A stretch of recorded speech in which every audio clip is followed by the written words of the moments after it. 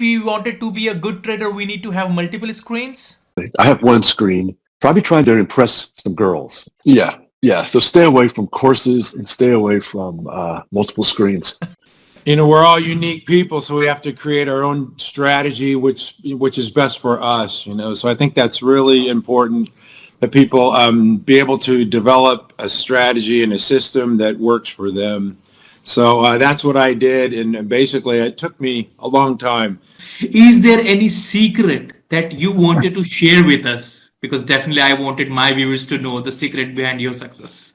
I thought I was just gonna tell you the secret. I want everyone to know the secret. I guess, the biggest secret to trading is that there are no secrets. Now, there's three popular appreciating assets. The first, probably most common, is the stock market. So there are exchanges, there are markets all around the world. Look for an index fund, especially if you're just getting started. I would just look for a very popular index fund.